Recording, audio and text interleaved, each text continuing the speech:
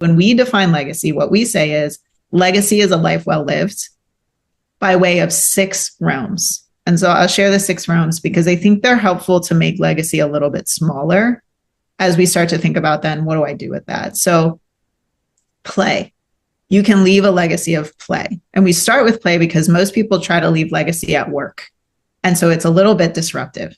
So a legacy of play. How do you play? How do you teach others how to play? How do you use play to disrupt generationally maybe some of the harmful patterns that have been put in place? Well-being. How do you leave a legacy of well-being, both spiritually and emotionally and physically?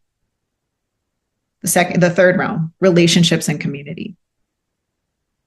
What's the legacy you're living by inside of your relationship and your community? How are you treating the people around you? How are you building with them? What have you teared down?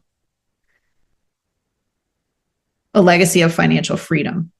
And we say financial freedom because it's not about accumulating as much as you can. It's about accumulating enough to live the life in which you find energy, joy, commitment, connection, and the ability to move through the tensions that creates.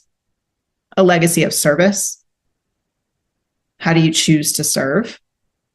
And then a legacy of work. And we take the two apart because a lot of people we work with work in lines of service. And those two things in bed together can cause pretty tension-filled and challenging, can cause a relationship of tension, right? I'm wrapping myself around my work and my service, and I have lost my identity.